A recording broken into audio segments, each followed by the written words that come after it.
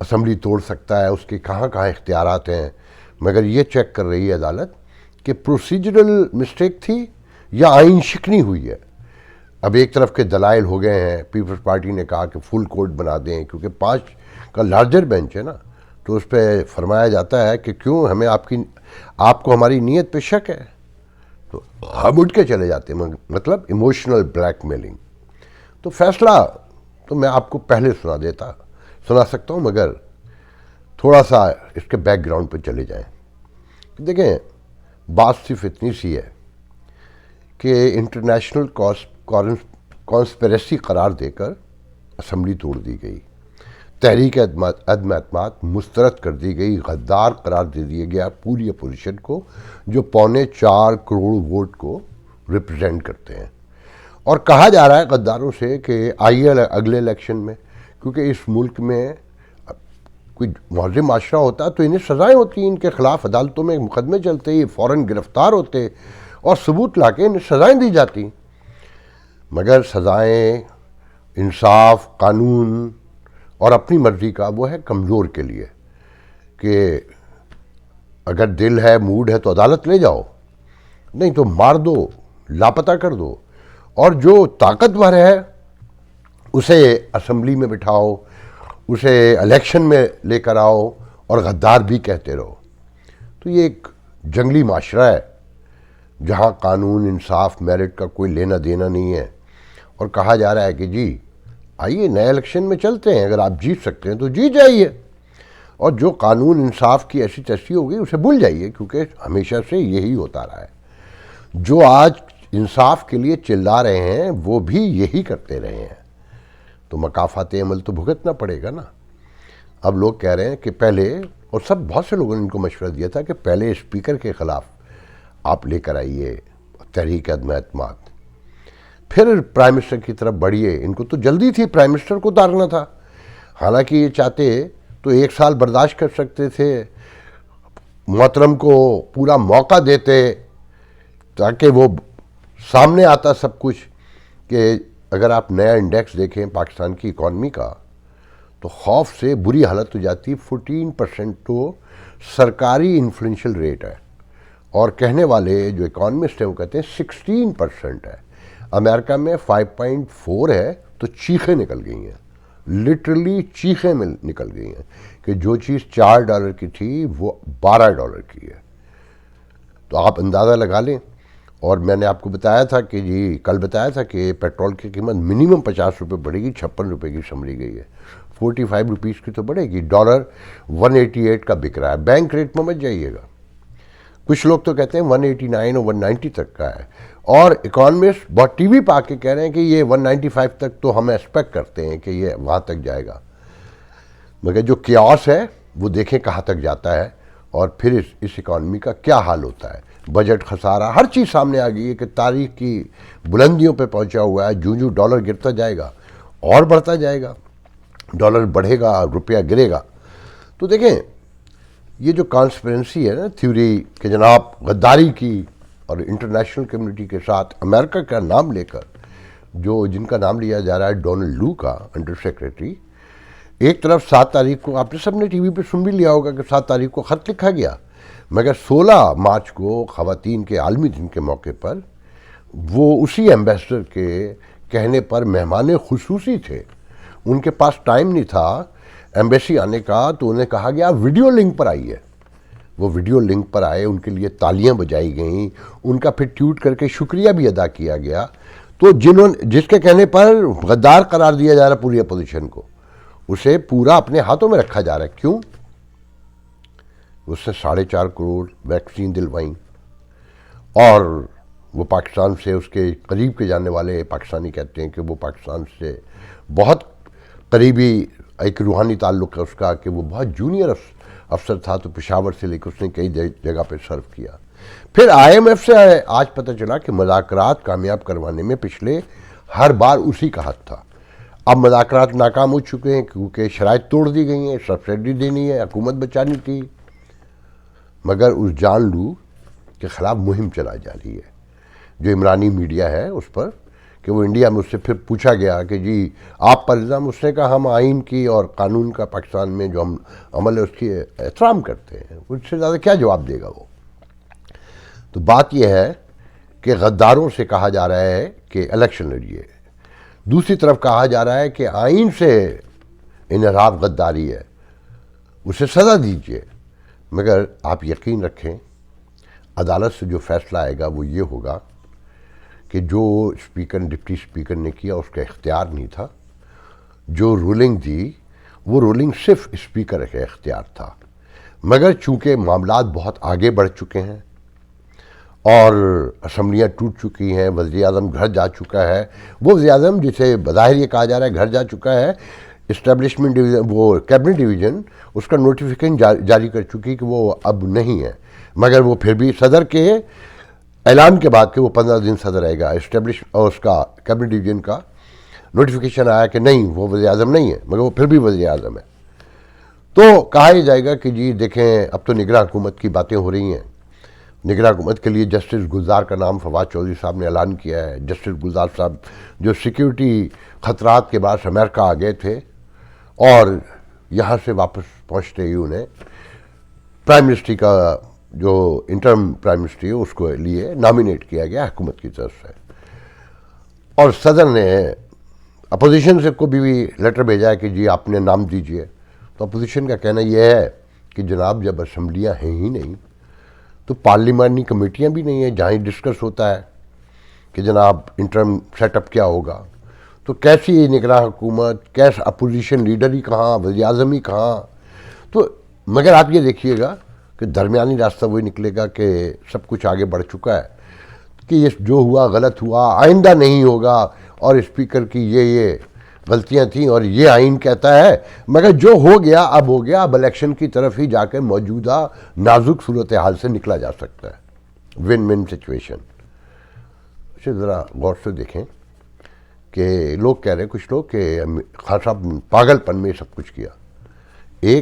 مان لیتے ہیں کہ ایک آدمی پاگل ہے، مگر پوری کیبنٹ اس کے ساتھ پاگل ہے، صدر اس کے ساتھ پاگل ہے، جو وہ کہتا ہے سب کرتے ہیں. یہ پاسبل ہے؟ نہیں. عدلیہ کا فیصلہ اگر جو میں کہہ رہا ہوں اللہ کرے میری منہ میں خاک، میں تو ٹریڈیشن دیکھ کے کہہ رہا ہوں، جو ریمارکس آ رہے ہیں اس کو دیکھ کر کہہ رہا ہوں.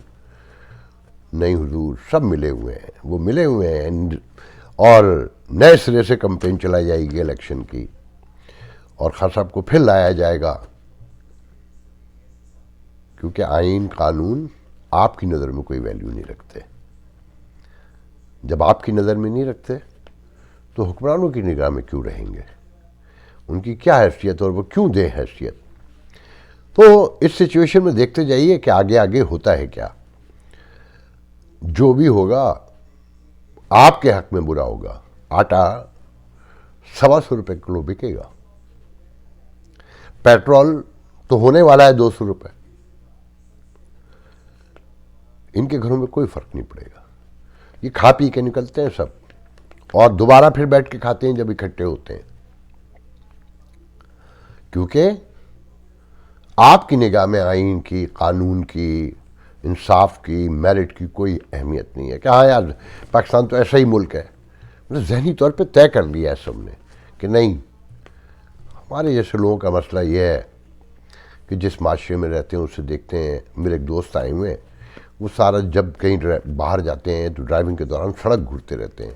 تو میں نے پوچھا کیا دیکھ رہے ہیں؟ کہ میں دیکھتا ہوں یار کہیں تو کوئی کاغذ نظر آ جائے، کہیں تو کوئی گندگی نظر آ جائے تو میں خوش ہو جاؤں کہ نہیں یار یہاں پر بھی بڑی خرابیاں. میں نے کہا نہیں بہت خرابیاں ہیں، مگر ایسی خرابیاں نہیں ہیں. ایک منظم ریاست ہے اس میں کہ یار ریاست جب تک لوگ نہ ہوں نہیں. میں نے کہا کہ لوگ نہیں ہوتے، ریاست منظم بناتی ہے لوگوں کو قانون کی پاسداری سے، بالادستی سے، میرٹ سے، انصاف پرووائڈ کرنے. ہر چیز کا ٹکٹ ہے.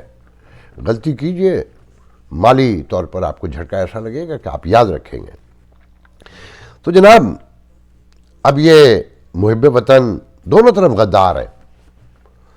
کچھ غداروں کے ساتھ کچھ ہیں، کچھ غداروں کے ساتھ ایک الگ گروپ ہے. اور مجھ جیسے لوگ، کل ایک صاحب نے طنز کیا مجھ پہ کہ مجھے سلوٹ کیا کہ جی میں خان صاحب کو خان صاحب کیوں کہتا ہوں. میں بدتمیزی تو نہیں کروں گا. ایک آئین شکن، ایک اور کیا کہتے ہیں قانون شکن، میرٹ شکن، اسے میں گالی دوں؟ مجھے کیا ضرورت پڑی ہے؟ سب کچھ آپ کے سامنے جو ہو رہا ہے، مجھ جیسے لوگ کسی کے ساتھ نہیں ہیں.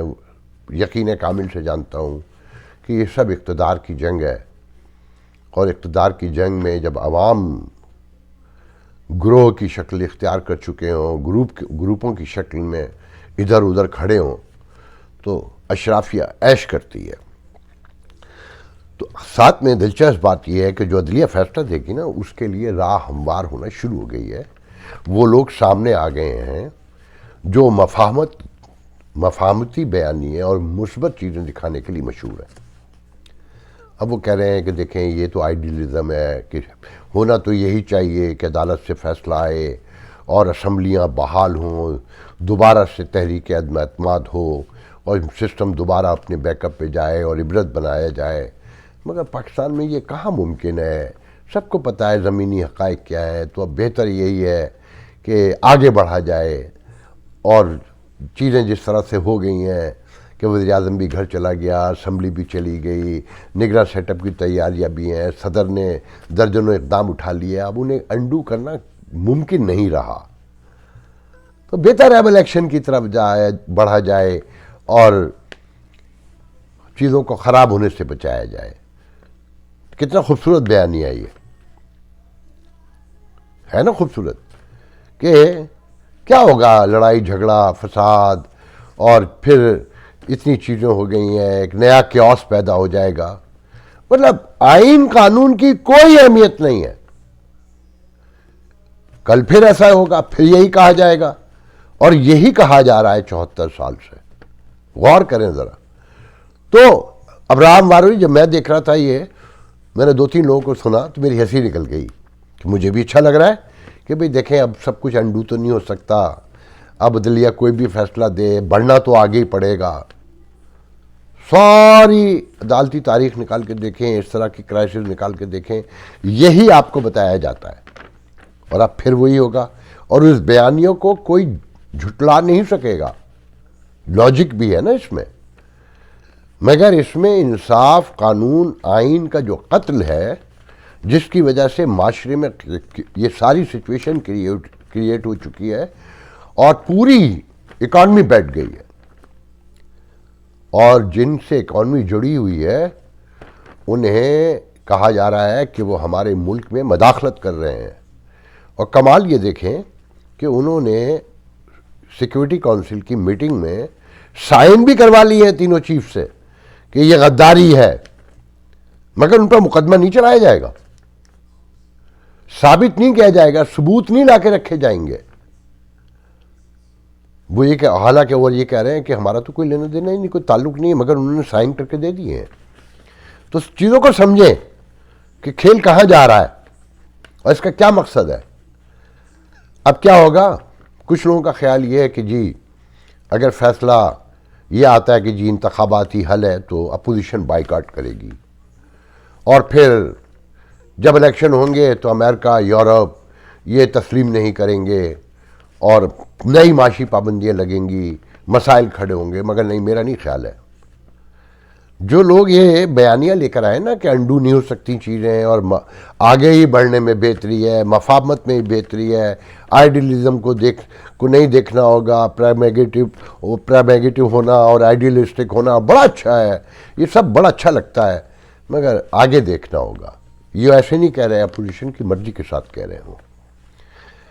شہباز شریف پہ اور جو لوگوں پہ مقدمے ہیں، اگر آج ضمانت کینسل ہو جائے اور انہیں کال کوٹری میں بند کر دیا جائے تو آپ کا کیا خیال ہے کتنے دن رہ لیں گے اس میں؟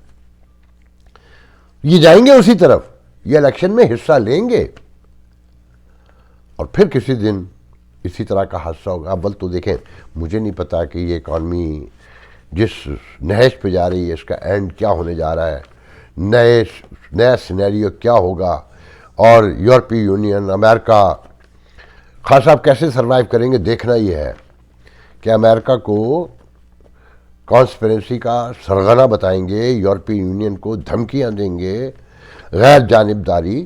مطلب وہ ساری ایکسپورٹ وہاں بھیجیں گے، آئی ایم ایف سے پیسے بھی ان کی مدد سے لیں گے، امداد بھی لیں گے، ہر ادارے یو ایس ایڈ سے لے کر ہر جگہ سے، مگر انہیں کہیں گے کہ آپ ہمارے معاملات میں مداخلت کر رہے ہیں، ہمارے لوگوں کو خرید رہے ہیں، دولت لٹا رہے ہیں۔ آج پھر خان صاحب کہہ رہے ہیں کہ لاہور میں جو 6 اپریل کو دوبارہ ووٹ آف کانفیڈنس ہوگا کہ اس میں ہمارے لوگ خریدے جا رہے ہیں اور لوگ پھر جمع ہوں، احتجاج کریں، میں بھی آ کے اس احتجاج میں شامل ہوں گا۔ مگر خان صاحب پروف نہیں لائیں گے، بتائیں گے نہیں، انہیں اندر نہیں کریں گے، کیونکہ آپ لوگ بائے کرتے ہیں اور آپ خوش ہوتے ہیں، لڈیاں ڈالتے ہیں۔ مجھے دیکھیں پاکستان کی جو سیاست ہے نا وہ شہری علاقوں کی سیاست ہے، عام بیچارہ قسم جو 65% آبادی ہے اسے تو روٹی سے ہی فرصت نہیں ہے، جیسے یہ امریکن پاکستانی ہے نا، رات دن کام میں لگے رہتے ہیں، انہیں سیاست کا، آئین کا، قانون کا، انصاف کا کچھ بھی نہیں پتہ، بس پسند نہ پسند ہے کہ خان صاحب جو ہے نا وہ چور نہیں ہے۔ جب انہیں بتاؤ کہ یہ فلانا فلانا ان کے ساتھ چور ہے، اب خان صاحب اپنے منہ سے کہہ رہے ہیں کہ الیکٹیبل لانا غلطی تھی اور وہ بھاگ گئے، وہ سب سن رہے ہیں، مگر نہیں مانیں گے، نہیں کہیں گے نہیں بھائی ٹھیک ہے، ہاں ہو گیا، بس پرانے چوروں کو نہیں آنے دینا ہے، نئے چور پیدا کرنے ہیں۔ اور یہ اسٹیٹس کو کی خوبصورتی یہ ہوتی ہے کہ پرانوں کو چور، ڈاکو، بدعنوان، بے ایمان، غدار ثابت کر کے پھر نئے چور، نئے بے ایمان، نئے بدعنوان، نئے غدار لائے جاتے ہیں تاکہ سسٹم کنٹینیو کرتا رہے اور معاملات ان کے ہاتھ میں رہیں۔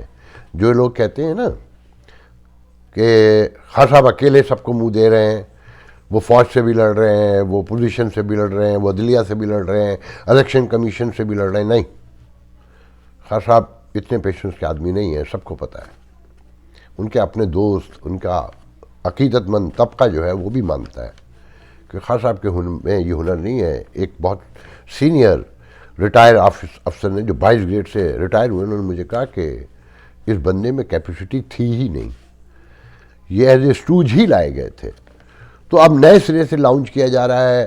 مجھے نہیں پتا کہ کیا مذاکرات ہوئے ہیں، فیض حمید ہی نیا آرمی چیف ہوگا یا کوئی یہ طے ہو گیا ہے کہ بیچ میں سے کوئی لایا جائے گا، مگر معاملات طے ہیں، یہ یاد رکھیے گا میری بات۔